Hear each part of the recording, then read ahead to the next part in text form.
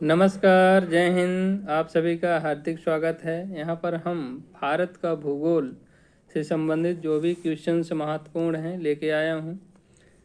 तो चलिए यहाँ पर स्टार्ट करते हैं। उसके पहले आज का सुविचार देख लेते हैं। आज का सुविचार है, जितना कठिन संघर्ष होगा जीत भी उतनी ही शानदार होगी। जितना कठिन आपका संघर्ष रहेगा उतनी अच्छी आपको जीत भी मिलेगी। रख हौसला वह मंजर भी होगा, प्यासे के पास चलकर समंदर भी होगा। थक कर ना बैठे मंजिल के मुसाफिर, मंजिल भी मिलेगी और मिलने का मज़ा भी होगा। तो आप हार मानकर मत बैठिए, लगातार चलते रहिए। एक न एक दिन आपका भी टाइम आएगा, क्योंकि सबका समय आता है और सबको अवसर मिलता है। तो उस अवसर को अच्छे से आप बनाइए। चलिए मैं यहाँ पर स्टार्ट करता हूँ भारत का भूगोल। पहला क्वेश्चन से है, तमिलनाडु में शरतकालीन वर्षा अधिकांशतः जिन कारणों से होती है वह है पश्चिमी विक्षोभ, दक्षिण पश्चिम मानसून, उत्तर पूर्वी मानसून, दक्षिण पूर्वी मानसून। तो यहाँ पर आपका राइट आंसर हो जाएगा सी, उत्तर पूर्वी मानसून। तो जो तमिलनाडु है तो यहाँ पर आप देखेंगे ये अपना इंडिया है। यहाँ पर तमिलनाडु है तो उत्तर पूर्वी मानसून, यहाँ से आपका जो असम से ये मानसून जो है लौटती हुई मानसून है। यहाँ पर आकर यहाँ पर क्या है, तमिलनाडु में तटवर्ती क्षेत्रों में बारिश करती है, इसलिए उत्तर पूर्वी मानसून शरतकालीन, शरद मतलब ठंडी के सीजन में पानी गिरता है। यहाँ पर उत्तर पूर्वी मानसून के कारण लौटती हुई मानसून है। सी ऑप्शन राइट है। नेक्स्ट देखिए, महाराष्ट्र और कर्नाटक में पश्चिमी घाट कहलाते हैं। तो जो महाराष्ट्र आपका यहाँ पर महाराष्ट्र है और यहीं पर ये कर्नाटक है। तो ये महाराष्ट्र और कर्नाटक का ये पश्चिमी घाट, इसको क्या बोलते हैं, तो सह्याद्री कहते हैं। तो बी ऑप्शन जो है राइट हो जाएगा।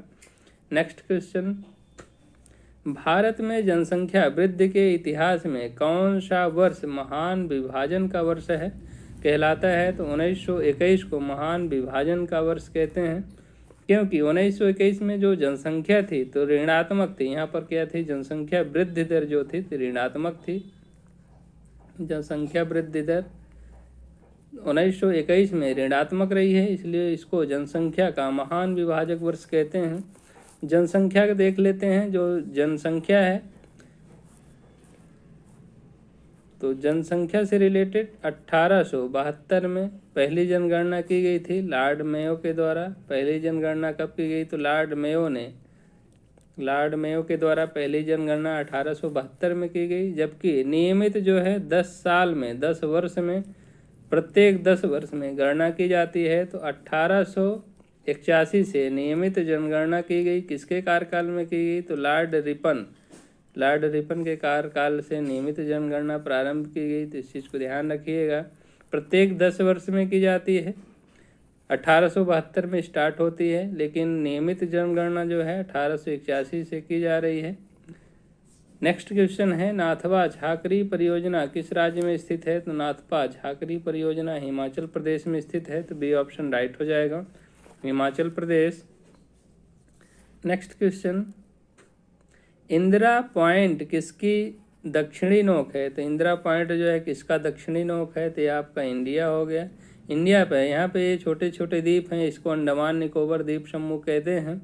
यहाँ पर अंडमान निकोबार द्वीप समूह को ही क्या कहते हैं, इंदिरा पॉइंट कहते हैं। तो यहाँ पर इंदिरा पॉइंट स्थित है, इंदिरा पॉइंट।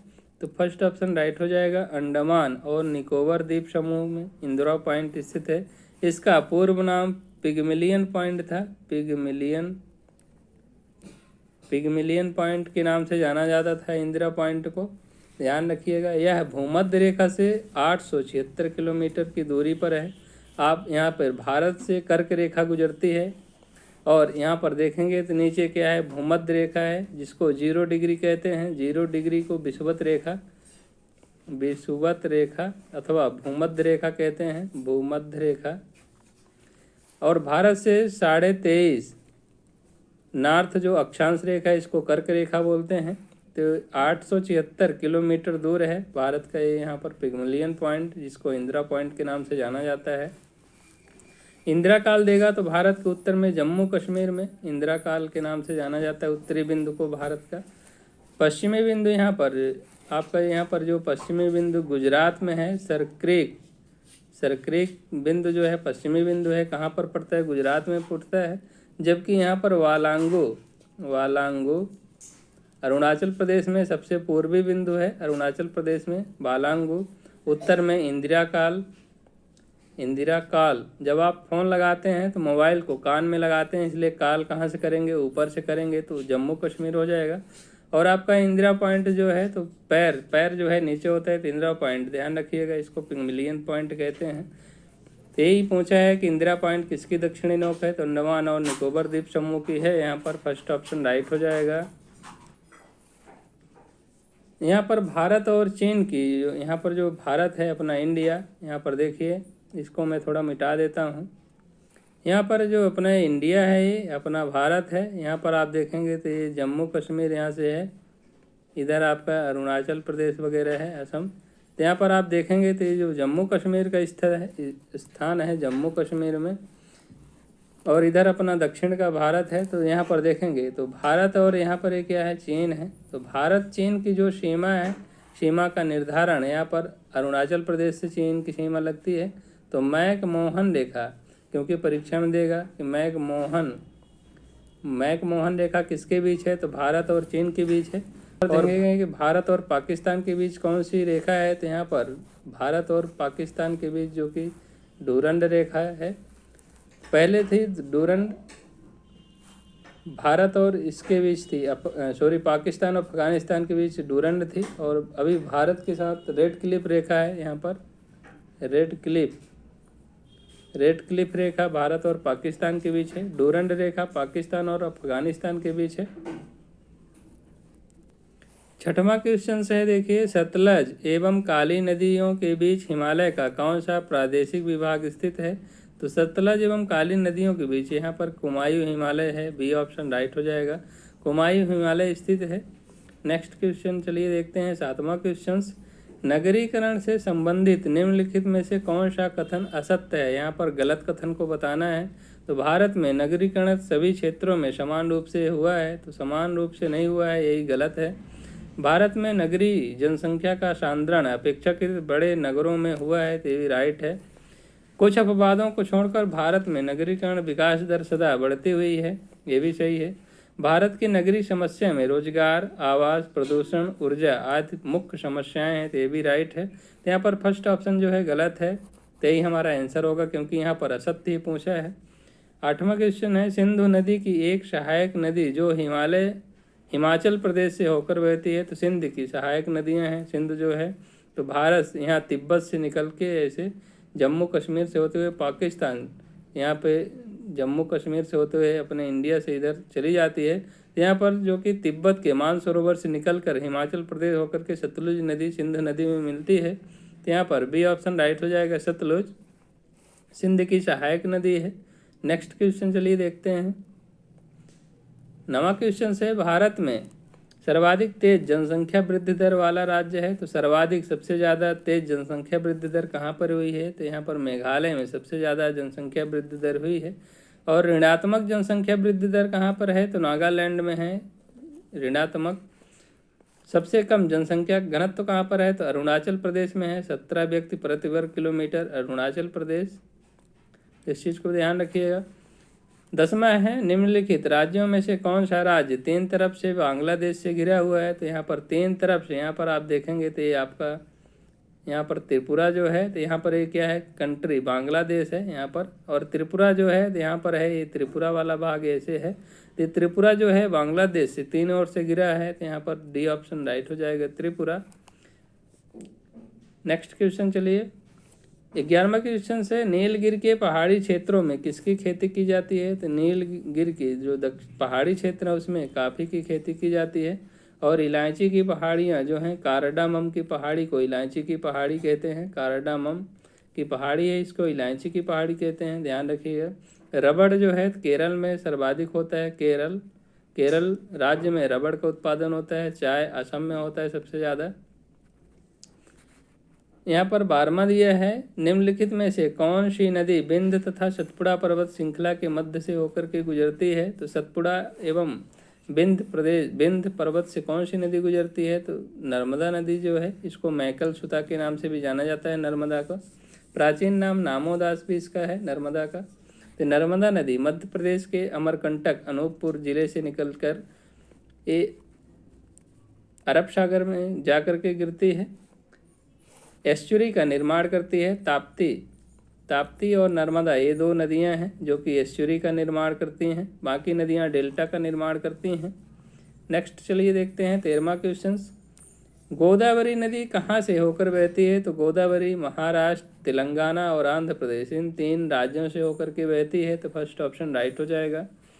14वां क्वेश्चन, निम्नलिखित में से कौन ऊर्जा का परंपरागत स्रोत नहीं है? तो परंपरागत स्रोत में देखिए प्राकृतिक गैस, कोयला, खनिज तेल, ये सब क्या है? परंपरागत ऊर्जा के स्रोत हैं। यहाँ पर भूतापी ऊर्जा जो है तो नहीं है परंपरागत स्रोत, यहाँ पर डी ऑप्शन जो है राइट हो जाएगा। नेक्स्ट क्वेश्चन 15वां है, देखिए भारत का सर्वाधिक पटसन उत्पादक राज्य है। तो पटसन, इसको जूट भी बोलते हैं, तो जूट उत्पादक राज्य कौन सा है? जूट यहाँ पर पश्चिम बंगाल में राष्ट्रीय वनस्पति उद्यान शिवपुर में है। जूट का सर्वाधिक उत्पादन पश्चिम बंगाल में किया जाता है। पश्चिम बंगाल की राजधानी कोलकाता है। 16वां है, भारत के निम्नलिखित राज्यों में से कौन रेल सेवा से वंचित है? तो रेल सेवा से यहाँ पर मेघालय जो कि वंचित है। इसको मेघों का घर भी कहा जाता है, मेघालय को मेघों का घर, मेघालय को मेघों का घर कहा जाता है। मेघालय में दीर्घ संधि है। चलिए देखते हैं 17वां क्वेश्चन। निम्नलिखित में से किसको प्रशांत महासागर की पार सड़क कहा जाता है? प्रशांत महासागर की पार सड़क किसको कहा जाता है? तो हवाई को प्रशांत महासागर का पार की सड़क कहा जाता है। प्रशांत महासागर जो कि सबसे बड़ा महासागर है, प्रशांत महासागर, और इसी में एक गहरा गर्त है मारियाना ट्रेंच। मारियाना ट्रेंच सबसे गहरा है, मारियाना ट्रेंच प्रशांत महासागर में ही स्थित है, मारियाना ट्रेंच। 18वां है, निम्नलिखित दर्रा में से कौन सा सतलज घाटी में पड़ता है? तो सतलज घाटी में कौन सा दर्रा पड़ता है? तो शिपकीला दर्रा। शिपकीला दर्रा से होकर के सतलज नदी बहती है, और शिपकीला दर्रा कहाँ पड़ता है? तो हिमाचल प्रदेश में पड़ता है। नाथुला दर्रा ये सिक्किम में पड़ता है, सिक्किम में नाथुला दर्रा पड़ता है। जयलेपला दर्रा ये जम्मू कश्मीर में पड़ता है, जम्मू कश्मीर में जयलेपला दर्रा।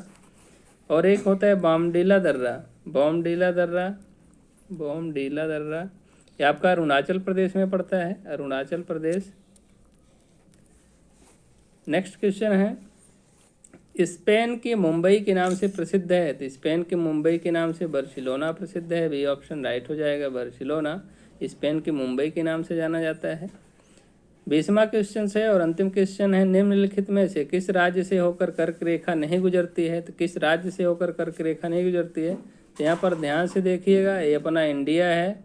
इंडिया से यहाँ से आप देखेंगे तो यहाँ पर ये आपको मिलेगा इस टाइप का, अरुणाचल प्रदेश होते हुए यहाँ पर देखिए ये आपका गुजरात है, गुजरात, राजस्थान, मध्य प्रदेश, छत्तीसगढ़, झारखंड, फिर पश्चिम बंगाल, फिर आपके यहाँ पर मिजोरम, त्रिपुरा से होते हुए निकल जाती है कर्क रेखा। तो यहाँ पर देखिए उड़ीसा जो है तो यहाँ से नहीं गुजरती, गुजरात, राजस्थान, पश्चिम बंगाल, इनसे क्या है कर्क रेखा गुजरती है। भारत के 8 राज्यों से होकर के कर्क रेखा गुजरती है, तो यहाँ पर फर्स्ट ऑप्शन जो है राइट हो जाएगा। यहाँ पर 8 राज्य देखिए कौन कौन से हैं, तो गुजरात हैं, गुजरात,